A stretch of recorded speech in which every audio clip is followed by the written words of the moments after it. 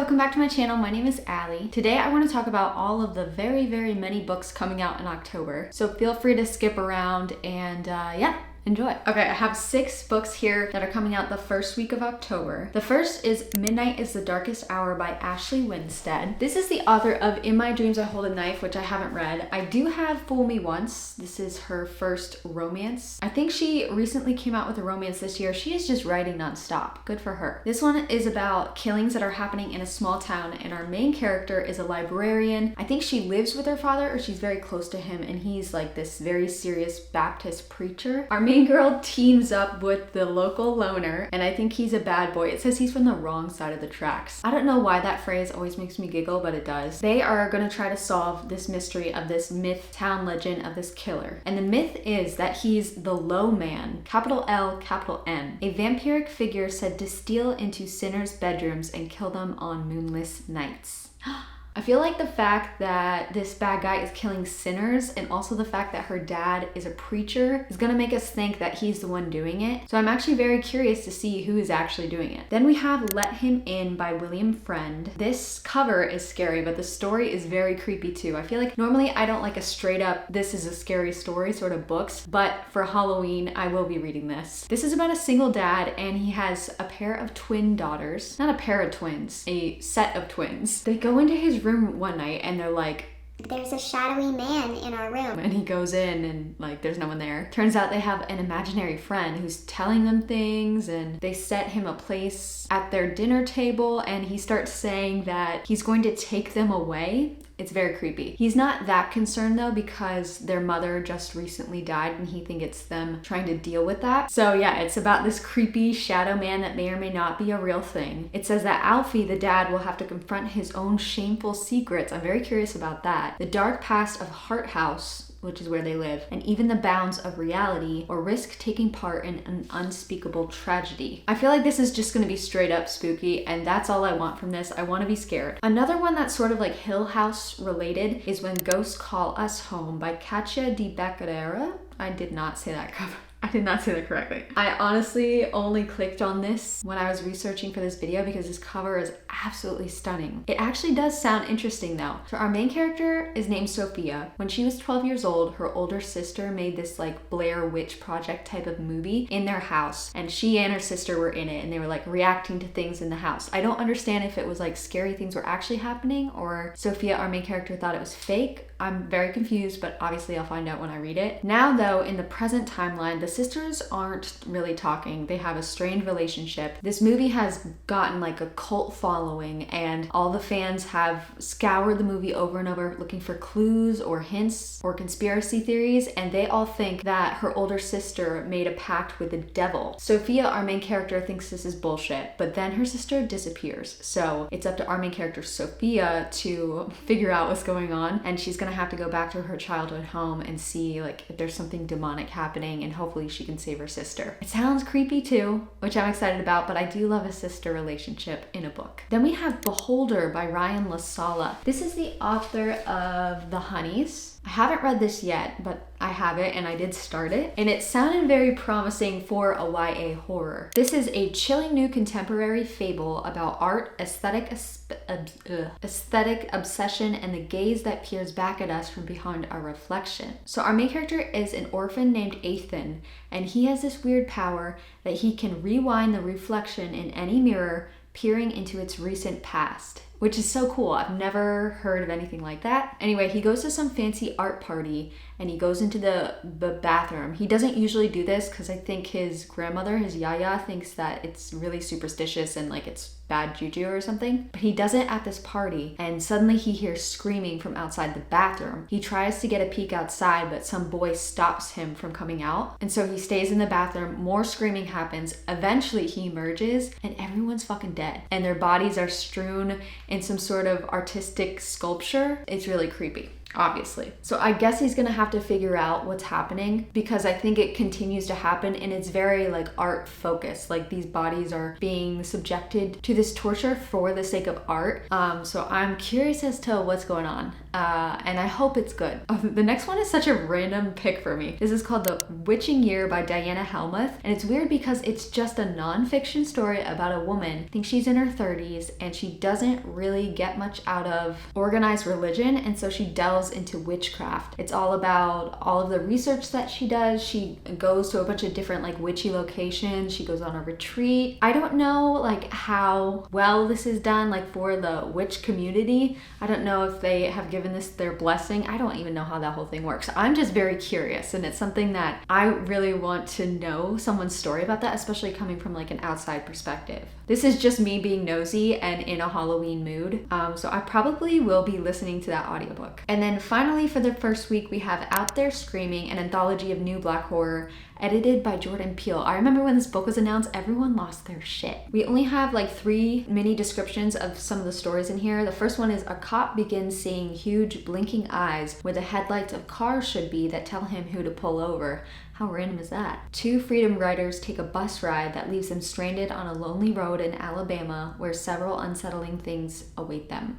And then a young girl dives into the depths of the earth in search of the demon that killed her parents. That sounds really interesting. I'm just very curious because obviously I love Jordan Peele, I love his movies, and if he's edited it, I can't say that word, then it's gotta be amazing, right? Okay, on to week 2 of October. We have 8 books here, okay. We have Normal Women by Ainsley Hogarth, Mother, the author of Mother Thing. I do have the arc of this and I do plan on reading it before it comes out. I'm nervous because Mother Thing was my favorite book of the year last year. It's one of my all-time favorite books. So I'm excited to get more of that wonderful writing that I loved in Mother Thing. And this does sound like a kooky little story. I'm excited. Okay, our main character's name is Danny and she's a new mother. She's a housewife. She doesn't have a job, and so she starts really stressing about thinking of her husband dying, like she's gonna become destitute, her and her daughter. And then she finds the temple, which says that it's like a yoga center, but it is committed to helping people reach their full potential.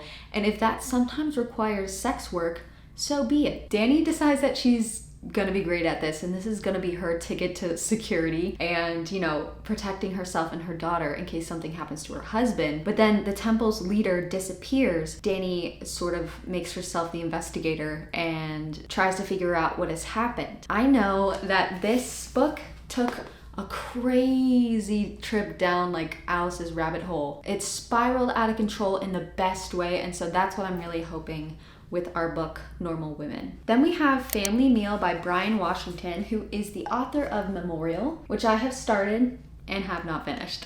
But what I did read of it, I really liked. This is a story about our main character named Cam, who is grieving the loss of his partner. Apparently his partner, I think his name's Kai, his ghost won't stop leaving Cam alone. And I don't know if this means literally a ghost or if it's like memories and just grief sitting on our main character's heart. Anyway, Cam goes back to his hometown and he reconnects with his old BFF named TJ. And so I don't know, I feel like they're gonna have a romance, if it's gonna be like a second chance kind of thing, or maybe it'll just be them being there for each other in their friendships. But it's definitely gonna be a story about grief, which is something I love. There's a couple quotes here from the synopsis I want to say. It says, "Secrets and wounds become so insurmountable that they devour us from within." Oh my God. And it says it's a story about how the people who know us the longest can hurt us the most, but how they also set the standard for love. So I don't know if this was like a toxic friendship or I'm just very curious and nosy about what is going to happen to our main character and what has happened to him. Ooh, then Sword Catcher by Cassandra Clare. I read one book,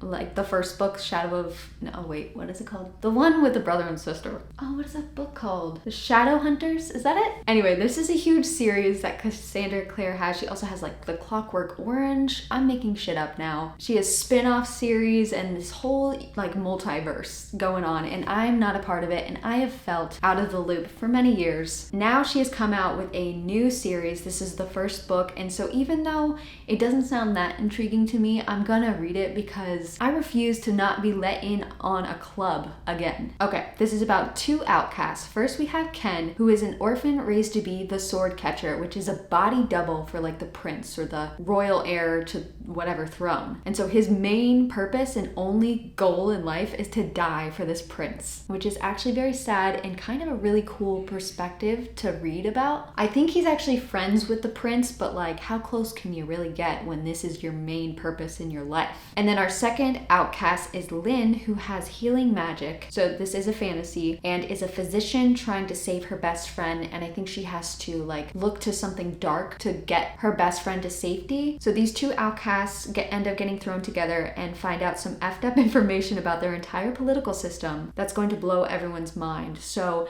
they're kind of battling with keeping this a secret and keeping the status quo, or are they prepared for this information to make them go to war and make everything chaotic? We know that they're not going to keep this secret. Like, it's the beginning of a series. There's no way. That's why I'm not that interested, because it's like, we already know what's going to happen. They're going to find out some crazy information. They're going to tell everyone, and the entire political system is going to crumble. But again, I need to know what's happening. Hopefully they're not brother and sister.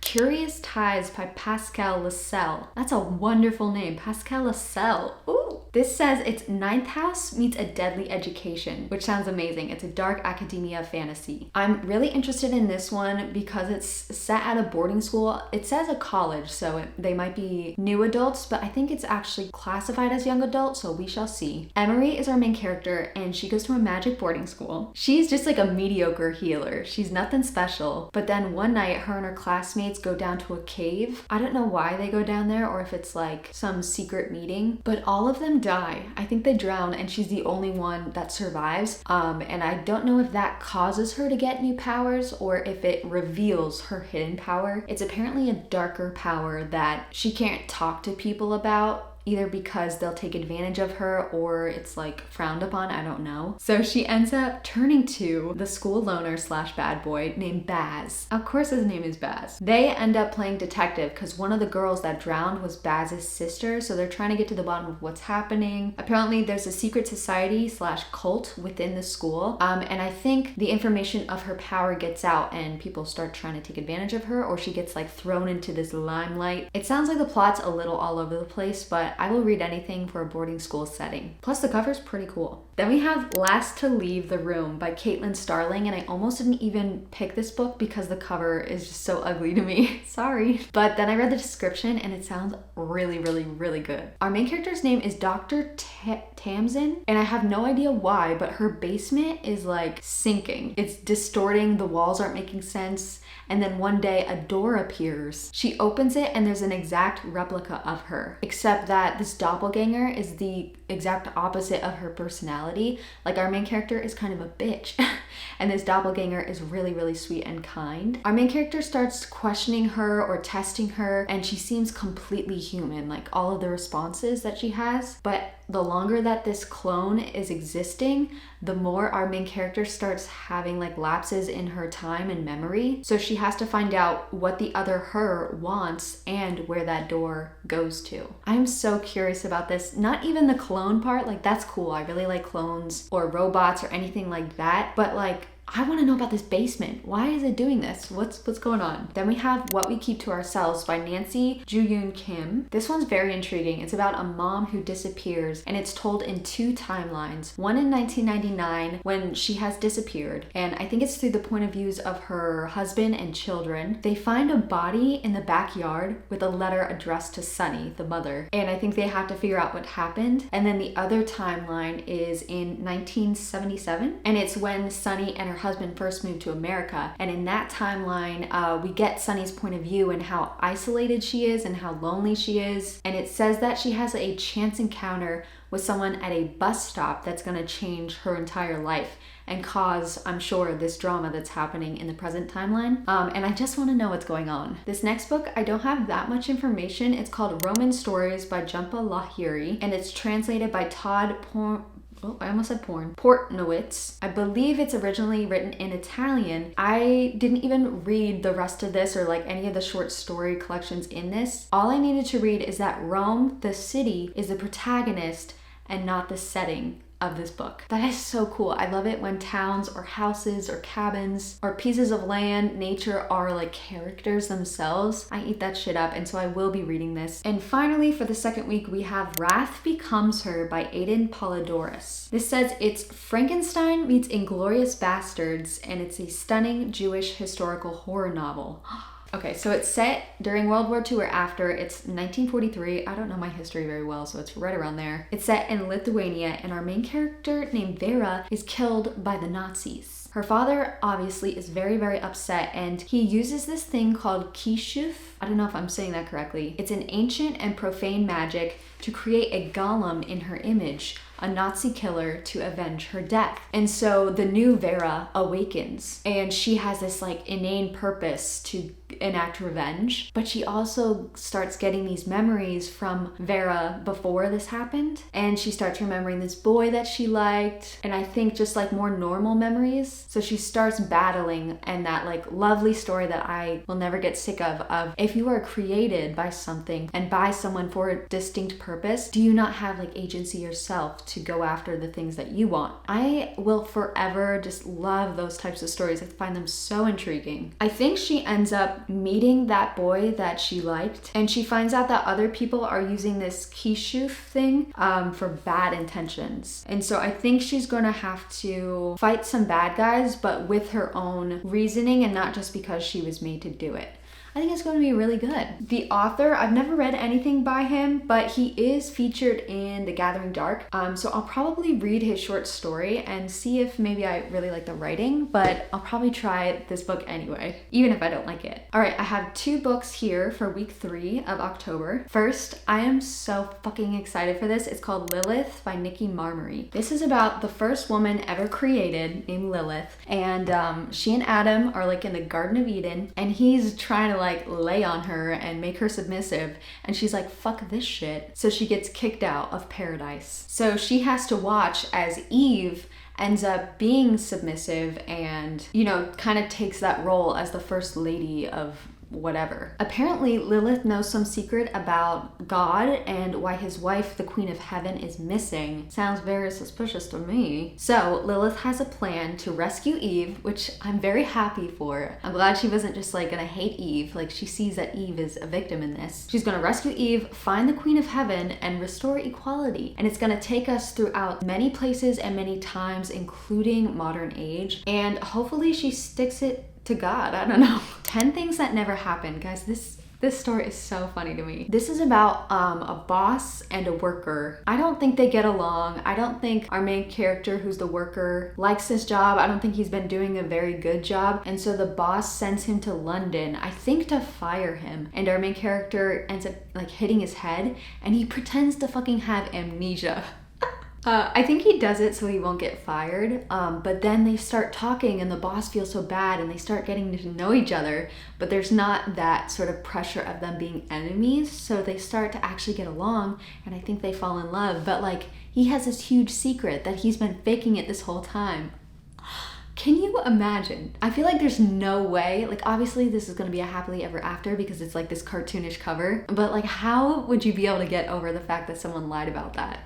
Ooh, that is not good. I'm definitely going to be reading that just to squeal and delight, just for the drama. I have 3 books coming out the 4th week of October that I'm really excited for. First, Death Valley by Melissa Broder. This is the author of The Pisces and Milk Fed, which I just absolutely adore. I find her writing to be so, I don't know, it's like so easy to read and it's so bizarre and slightly gross, and I just fucking love it. I think she actually writes books by speaking to her phone and like Siri dictates it. I feel like I read that in an interview. Hopefully that's not a lie, but like how interesting is that? This one seems like the kind of book I'm going to absolutely love. It's weird because when I read this sort of blurb, it says a darkly funny novel about grief that becomes a desert survival story. I was like, I don't know if I'm gonna love this, but I'll read it anyway because I love this woman. I don't like survival stories, but listen to this. It's about a woman whose husband and father are very sick, so she goes to a Best Western to try and catch a break and deal with her sadness and all this pressure she's feeling. She ends up going on a hike and she sees this giant cactus and sees a sort of door. She opens it and she goes in to like a magical world. What? What awaits her inside this mystical succulent sets her on a journey at once desolate and rich, hilarious and poignant. Like, what is inside that cactus? I need to know. Then we have West Heart Kill by Dana McDormand. I completely forgot what this one is. Oh, okay.